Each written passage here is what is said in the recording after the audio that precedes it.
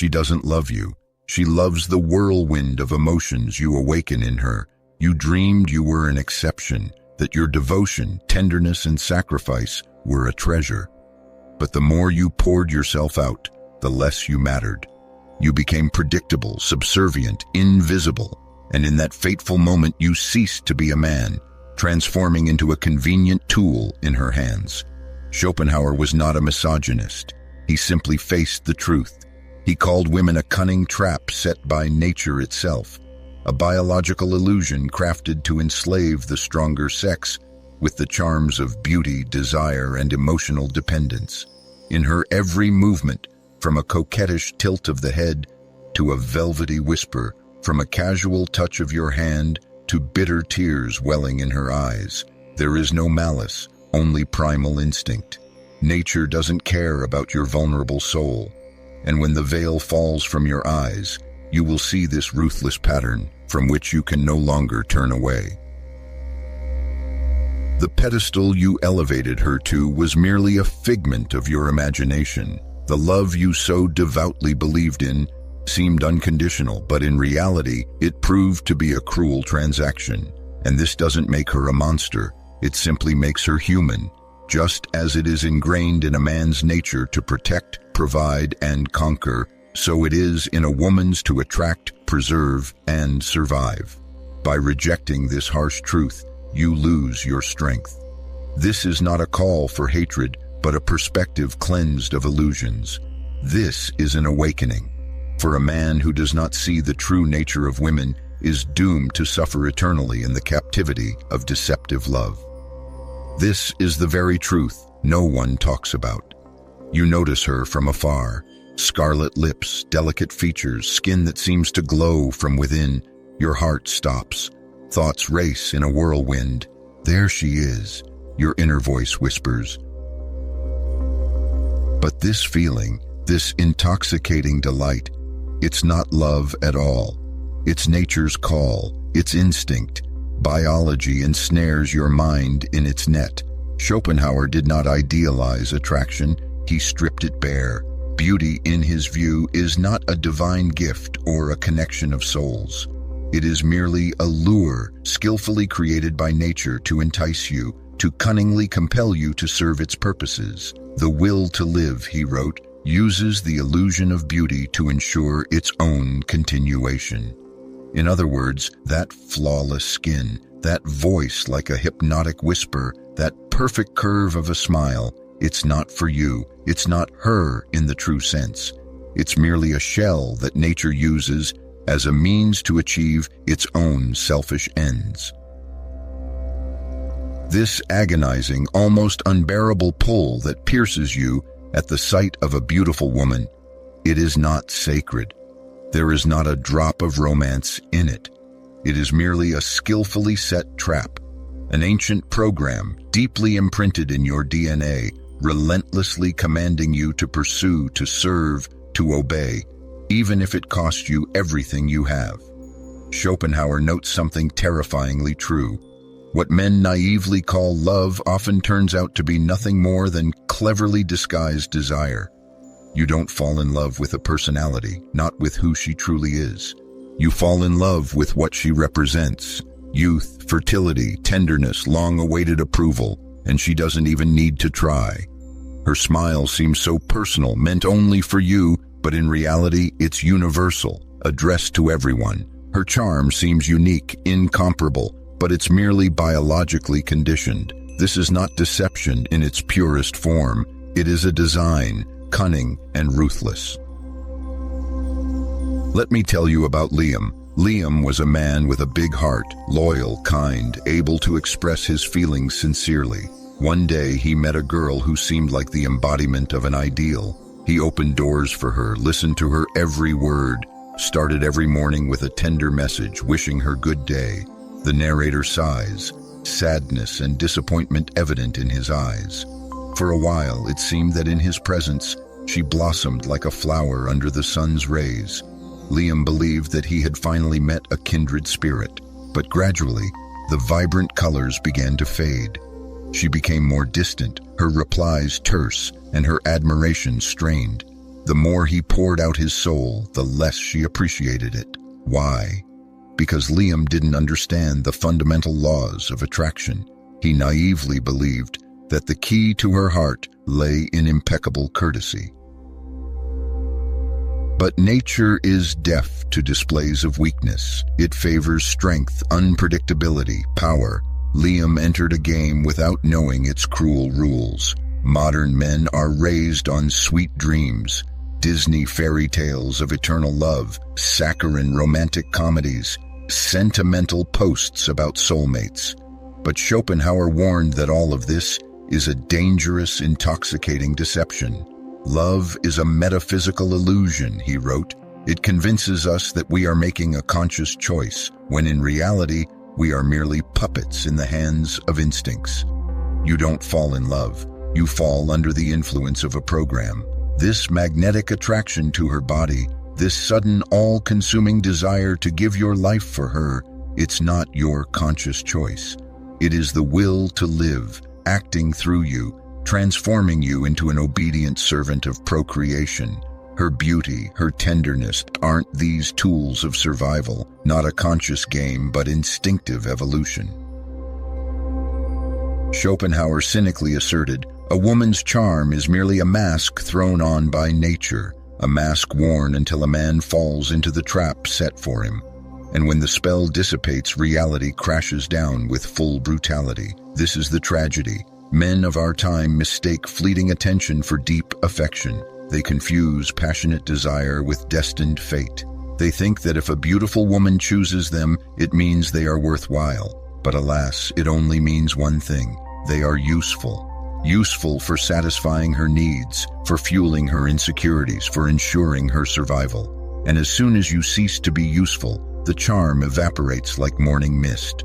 Understand, beauty is a magnet, but it imposes no obligations. It does not swear loyalty. It promises no depth. Schopenhauer saw this with chilling clarity. Men live in a world of dreams, and women are merely a part of those dreams, an illusion that has nothing to do with reality. If you think these are just dusty philosophical musings, you are deeply mistaken. Every time you are mesmerized by her beauty, every time you put her on a pedestal for being unlike anyone else, every time you envision a future based solely on your feelings, you fall into the very trap Schopenhauer warned about. You seem to lose yourself, dissolving in the desire to please. Your entire life turns into a marathon for her attention. You work to exhaustion, dress like a dandy, earn fortunes, all for a single glance. And she doesn't even need to say anything. Nature, that cunning temptress, does everything for her. Her beauty is a deafening cry that overshadows any words. And your instincts, blind as cave dwellers, ancient as the earth itself, powerful as gods, obey her without question. So what is to be done? Wake up. Realize that your worth is not defined by her attention. Stop confusing fleeting attraction with predetermined destiny.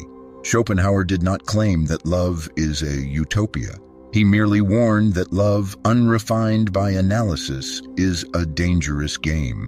When you understand the true motives of your desire, your lost strength will return. You will stop chasing phantoms, serving your instincts like a slave. And then a clear picture of the world will open before you. You will be able to admire her beauty, respect her essence. But never, do you hear, never bow before the illusion that hides behind her. Otherwise, you will become merely prey, a puppet in her hands. So why do men so often fall into this abyss? Why are they willing to kneel not only before beauty, but also before the deception that lies behind it? The answer is not as simple as it seems. It's not just about biology. It's a volatile mix of psychology, evolution, and centuries-old romantic delusions that turn a man into a pathetic puppet, twitching to the tune of others' desires. Let's break down how this happens. From birth, the world diligently begins to program you. Fairy tales persistently present the image of a damsel in distress. Hollywood generously showers her with a halo of innocence.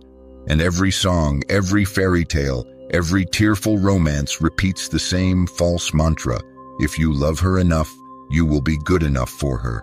This is where the trap snaps shut. Idealization. You don't see her, you only see an illusion masked by her face. Your brain, like a skilled artist, paints the picture. She is kind, innocent, pure of heart. She understands you with a glance. But this is not her, it is merely your projection. You take an ordinary woman and elevate her to the pedestal of a goddess.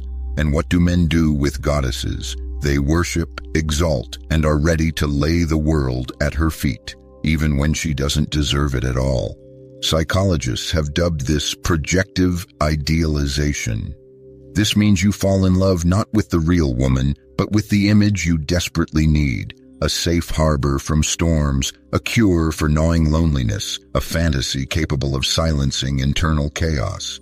But when you endow a person with fictitious traits, they become merely a reflection of your dreams. You seem to become blind to dangerous signals, find excuses for even the most sophisticated manipulations, and are willing to forgive icy indifference. For if a flaw were found in your goddess, the house of cards of illusions would collapse in an instant. And most men would prefer to drown in their own fantasies rather than face the harsh reality.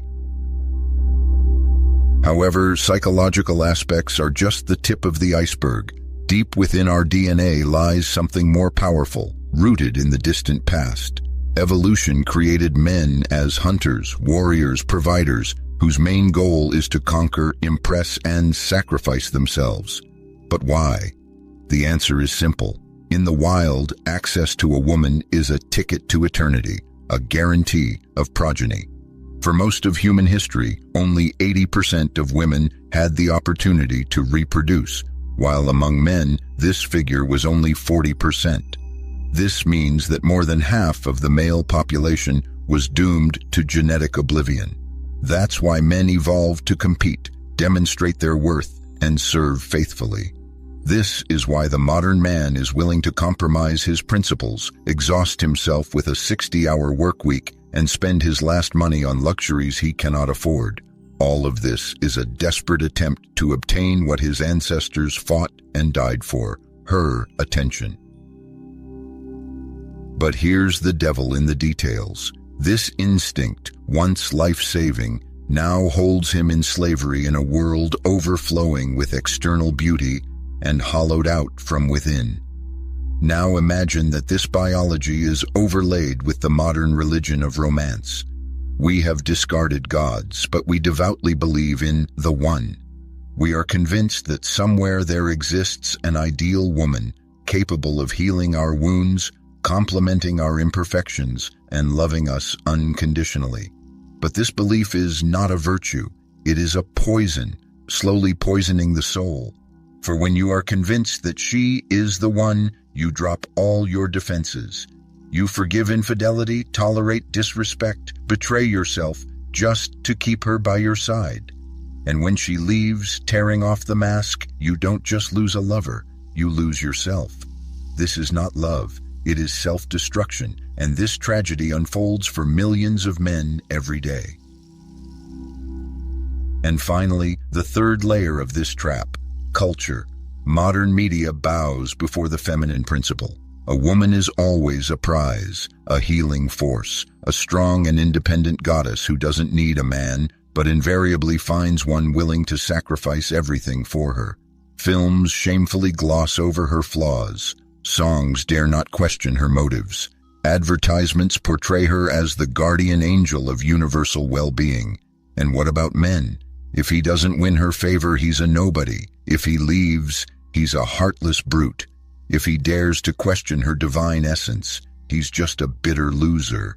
This is how step-by-step media reshapes male aspirations, not towards power, not towards achieving goals, not towards brotherly support, but towards pitifully begging for female approval.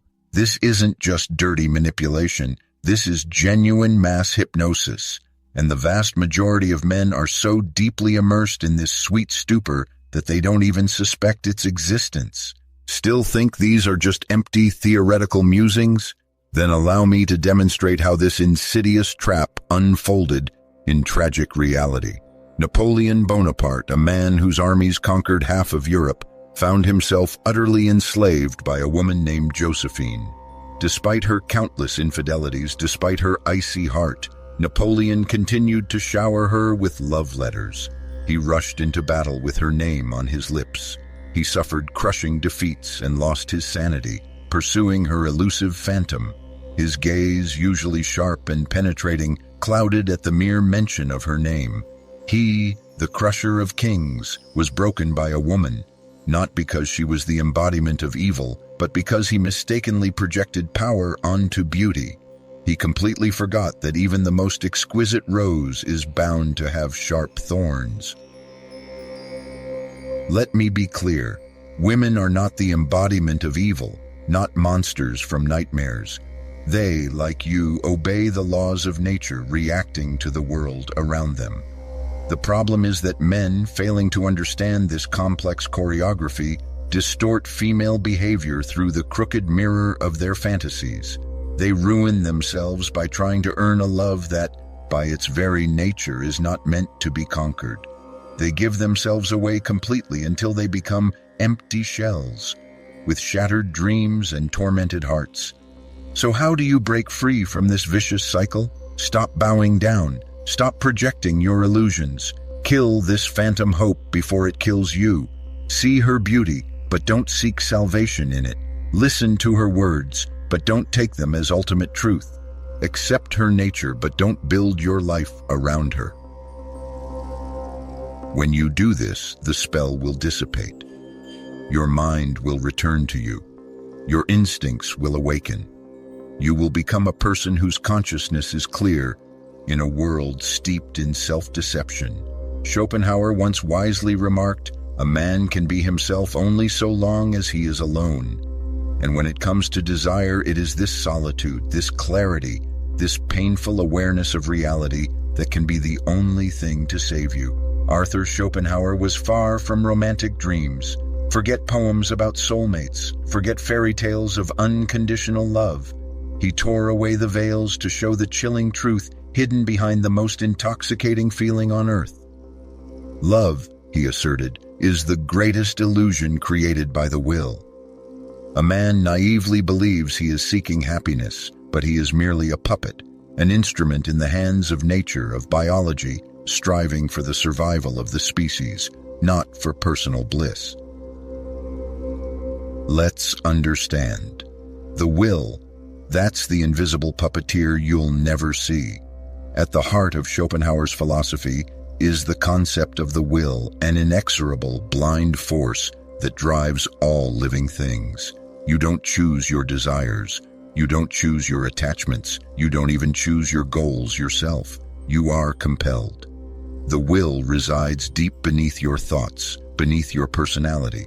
It doesn't care about your dreams. It has only one goal: reproduction. And love, that beautiful, poetic, heartbreaking experience, Schopenhauer cynically called merely a clever trick of nature, a hallucination designed to lure men and women into a trap so they would serve the will. You don't fall in love, you are pushed. You think love ignited because of her sparkling personality, infectious laughter, irresistible charm, but Schopenhauer coolly retorts, "No, my friend, you fell into the net because your animal will saw genetic potential in her. Your subconscious, like a ruthless calculator, assessed her body's capacity for childbirth. The symmetry of her face awakened reproductive instincts as old as the world, and her scent penetrated the most hidden corners of your brain, those older than any civilization."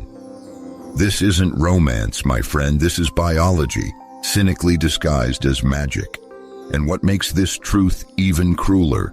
The illusion feels so real, so all-consuming. It captures your thoughts, enthralls your imagination. You write poems as if possessed, swear eternal love, ready to fight for her until your last breath.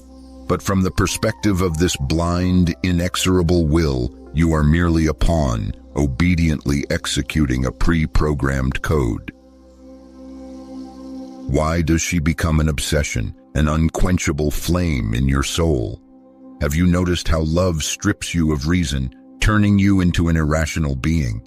How you can't get her out of your head, how her voice, her approval, even her absence, all dominate your consciousness. This is not weakness, my friend. This is nature's clever design. A lover is never free. He is a prisoner of his instincts. Schopenhauer wrote, "He is moved not by choice, but by command, ancient and immutable." You love her not because she is so special, one of a kind.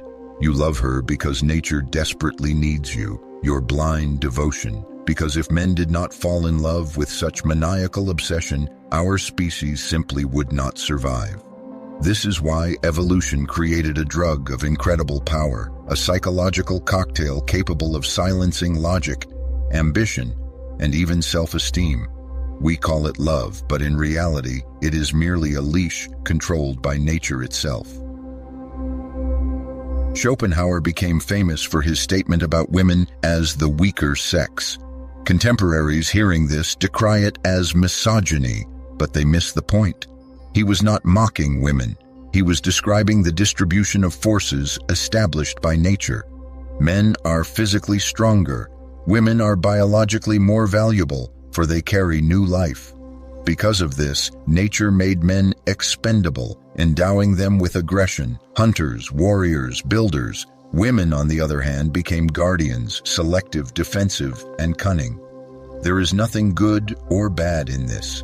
It is not about fairness, but about functionality. When Schopenhauer said that women serve the species, he implied that they are not consciously evil. They are strategically designed. They charm, manipulate, and test, not because they chose to, but because it is effective. In their eyes burns a fire that tests your essence.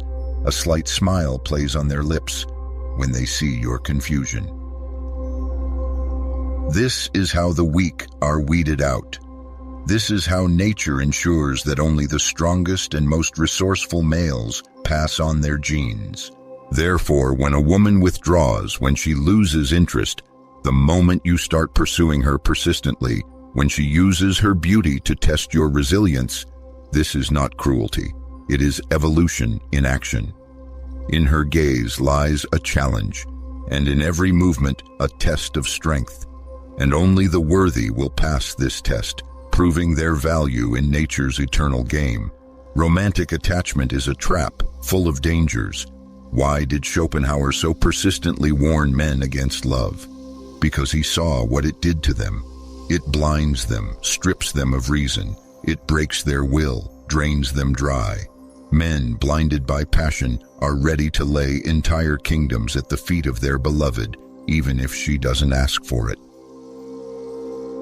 They betray their ideals, forget friends, destroy their own lives, all in the name of love. But here is the bitter truth. A man is truly free only when he is beyond the power of desire, when passion does not hold him captive, Schopenhauer asserted. And romantic desire, especially that which is uncontrolled, idealized, projected onto the object of adoration, this is the strongest chain of all. It doesn't feel like shackles. It feels like salvation, a breath of fresh air, until it's too late. A noble lie, rather a cruel truth. Love, as we know it, is not an elevated feeling, not a divine gift, not a reward for virtue. It is merely a mechanism, a complex system, a program that uses our emotions to achieve biological goals. And once the veil falls from your eyes, once you understand that butterflies in your stomach, obsessive thoughts, emotional pain, these are merely elements of a cunning trap, you will cease to be a weak-willed victim. You will still be able to feel love, to admire beauty, but you will never again be its slave. Most men wander through life worshiping false ideals. They pursue women, naively believing that this is the meaning of their existence. They sacrifice themselves on the altar of romance, hoping to be chosen, to be deemed worthy of attention. But once you grasp Schopenhauer's philosophy, to see love not as a blessing from above, but as a cunning mechanism, you will not feel hatred towards women. You won't flee from life in despair. No, you will gain true freedom. You will admire beauty, but not accept it as absolute truth. You will feel desire, but no longer allow it to enslave you. You will understand the rules of the game, but choose your own path. This is the birth of masculine clarity, strength, and imperturbable calm. To marry, Schopenhauer once sneered, is to have one's rights and double one's duties, not because he despised love, but because he fully understood its essence. And now that understanding is available to you. You've been lied to in movies, in songs, in stories passed down by men who themselves didn't know the truth. You were convinced that the highest goal in life was to win her heart, to be chosen, to earn her love, to prove you were worthy of her. But here is the bitter truth. You were never meant to chase her. Your task is to become him, a man who doesn't stoop to begging, a man who cannot be broken, a man who refuses to be subservient. Once the veil falls from your eyes and you see Schopenhauer's truth, that love is not a gift from heaven, but a cold calculation, the spell will vanish into dust. A smile full of flattery, a mysterious silence, agonizing aloofness, all of it will lose its bewitching power, not from bitterness, not from insensitivity, but from insight. You will see the mechanism hidden behind the scenes. Emotions will cease to be commands, transforming into signals. Attraction will no longer obscure the truth. Your worth will no longer be measured by her gaze. You were the fire, not a moth drawn to the flame. All your life you were taught to orbit around her, to win her over, to impress, to build a world around her. But what if she isn't the center of the universe? What if that center is yourself? The masculine spirit, free from the delusion of love, is capable of great achievements. It writes books, leads armies, creates new realities. But enchanted by beauty, it crumbles under her oppression. Like Samson, shorn of his strength on Delilah's lap, like great kings who burned their empires for a single kiss. They were not weak, merely blinded. Redirection, that is true power. The greatest minds in history did not suppress their passions. They skillfully redirected them. Recall Leonardo da Vinci, who never married, Nietzsche, who passed away in solitude, Schopenhauer, whose life was lived free from romantic chains, allowing him to see the world with ruthless clarity. This is not a call to reject love. This is a call to stop needing it. Start pursuing a great purpose, not fleeting pleasures. Strive for freedom, not comfort. Desire respect, not mere approval. For what good is it if she chooses you if you haven't chosen yourself yet? Within every man burns a fire. Most allow it to extinguish, suffocated by rejections, broken hearts, and futile attempts to please others. But the awakened man fans this fire, using solitude as fuel, discomfort as a sharpening stone, and disappointment as a compass pointing the right way. He doesn't torment himself with the question, why doesn't she love me? He asks himself, why did I forget my mission? For when your mission is clear and well-defined, everything else falls into place. Women notice, people show respect, but most importantly, you begin to respect yourself. Don't blame her for what nature put into her. She is the embodiment of instinct, natural selection, a harsh test, not a long-awaited prize. Her beauty is not your enemy, but your own blindness, your naive belief that she owes you something for your kindness. She doesn't have to.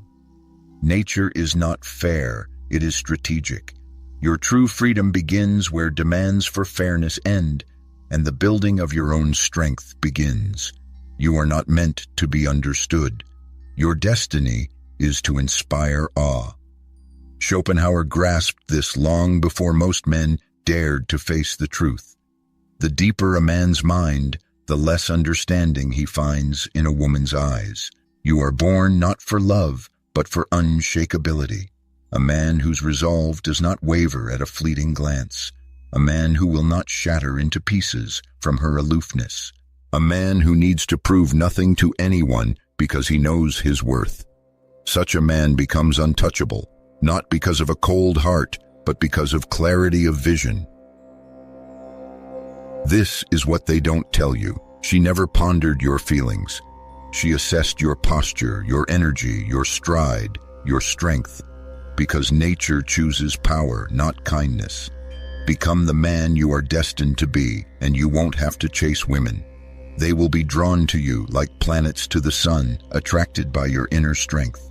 For nature unfailingly senses power. Remember, a woman is not a trophy. She is a reflection, a test, a mirage. You are the prize. You, when your roots are deeply embedded in truth, when not passion, but a high purpose guides your path.